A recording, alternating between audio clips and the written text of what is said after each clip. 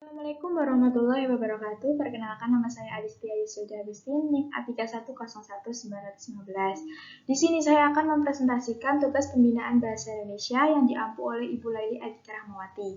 Di sini saya akan memperkenalkan program dari Badan Pengembangan dan Pembinaan Bahasa Kementerian Pendidikan dan Kebudayaan, Riset dan Teknologi kepada masyarakat sebagai suatu upaya pembinaan bahasa Indonesia.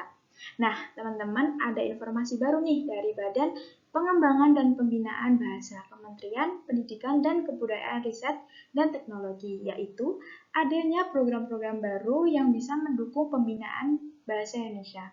Saya akan menjelaskan program yang ada di Badan Pengembangan dan Pembinaan Bahasa. Yang pertama, ada Kamus Besar Bahasa Indonesia, yang kedua ada Pedoman Umum Ejaan Bahasa Indonesia, yang ketiga ada Senarai Padaan Asing Indonesia, yang keempat ada Undang-Undang Nomor 24 Tahun 2009, yang kelima ada Bahasa Indonesia bagi penutur asing, yang keenam Uji Kemahiran Berbahasa Indonesia. Oke, yang pertama kita akan membahas Kamus Besar Bahasa Indonesia. Kamus Besar Bahasa Indonesia disusun oleh Badan Pengembangan dan Pembinaan Bahasa dan diterbitkan oleh Balai Pustaka. KBBI atau biasa disebut Kamus Besar Bahasa Indonesia memiliki banyak fungsi dalam kehidupan masyarakat saat ini. Salah satunya adalah untuk memperkaya kosakata baru. KBBI dapat dilakukan melalui KBBI Luring dan KBBI Daring, di mana KBBI Luring merupakan kamus versi cetak, sedangkan KBBI Daring merupakan kamus versi situs. Yang kedua, kita akan menjelaskan tentang Pedoman Umum Ejaan Bahasa Indonesia. Pedoman Umum Ejaan Bahasa Indonesia yaitu pedoman yang digunakan secara resmi dan formal dalam penulisan bahasa Indonesia. Pedoman tersebut berisi aturan dalam penggambaran bunyi suatu kata atau kalimat dan penggunaan tanda baca. POEBI atau biasa disebut dengan Pedoman Umum Ejaan Bahasa Indonesia berfungsi sebagai sebuah petunjuk atau pedoman yang akan membuat kamu bisa membuat tulisan bahasa Indonesia dengan baik dan benar. Selanjutnya ada yang ketiga itu Senarai Padaan Asing Indonesia. Nah, aplikasi Senarai Padaan Istilah Asing atau biasa disebut SPAI dikembangkan oleh Badan Pengembangan Bahasa dan Pembukuan sebagai salah satu cara untuk menyebarluas padaan bahasa Indonesia untuk istilah asing di ruang publik. Nah, saat ini sebagian besar ruang publik menggunakan bahasa asing atau bahasa Inggris, terutama pada rambu umum, petunjuk arah, nama kegiatan, produk barang atau jasa, penamaan ruang, dan informasi dan lainnya.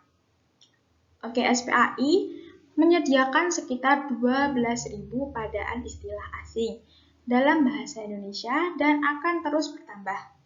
Dalam aplikasi ini ada 6 menu utama yang dapat dimanfaatkan oleh pengguna, yaitu cari istilah, daftar istilah, ranah istilah, tanya istilah, usul istilah, dan petunjuk istilah. SPAI dapat diunduh pada ponsel berbasis Android melalui Play Store dan dapat diakses melalui laman. Oke. Selanjutnya yang keempat, ada Undang-Undang Nomor 24 Tahun 2009. Undang-Undang tahun 24 Tahun 2009 tentang bendera, bahasa, dan lambang negara, serta lagu kebangsaan, merupakan jaminan kepastian hukum, keserasian, standarisasi, dan ketertiban di dalam penggunaan bendera, bahasa, dan lambang negara, serta lagu kebangsaan.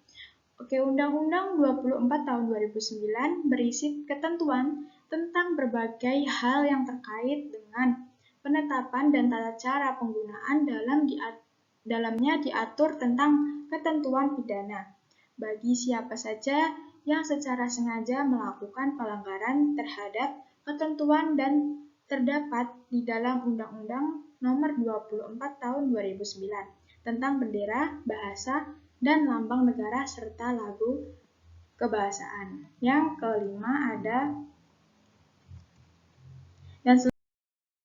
selanjutnya ada bahasa Indonesia bagi penutur asing. Bahasa Indonesia sebagai penutur asing, program BIPA adalah program pembelajaran keterampilan berbahasa Indonesia, berbicara, menulis, membaca, dan mendengarkan bagi penutur asing. Pembelajaran BIPA atau biasa disebut Bahasa Indonesia bagi penutur asing memerlukan kurikulum bahan ajar termasuk buku ajar dan kamus dwi bahasa. Metode pembelajaran yang tepat dan media belajar audiovisual yang dirancang secara khusus. Yang terakhir ada uji kemahiran berbahasa Indonesia. Yang biasa disebut UKBI adalah sarana uji untuk mengukur kemahiran seseorang dalam berbahasa Indonesia secara lisan maupun tulisan. UKBI terdiri atas 5 seksi. Yang pertama seksi mendengar, yang kedua ada seksi merespon, yang ketiga ada seksi membaca. Bentuk soal pilihan ganda, serta yang keempat ada dalam bentuk presentasi. Yang kelima ada berbicara dalam bentuk presentasi secara lisan. Untuk mendaftar dapat diunduh atau diakses pada laman tersebut ya. Oke, sekian presentasi dari saya. Apabila ada kata yang kurang berkenan, mohon maaf. Sekian, wassalamualaikum warahmatullahi wabarakatuh.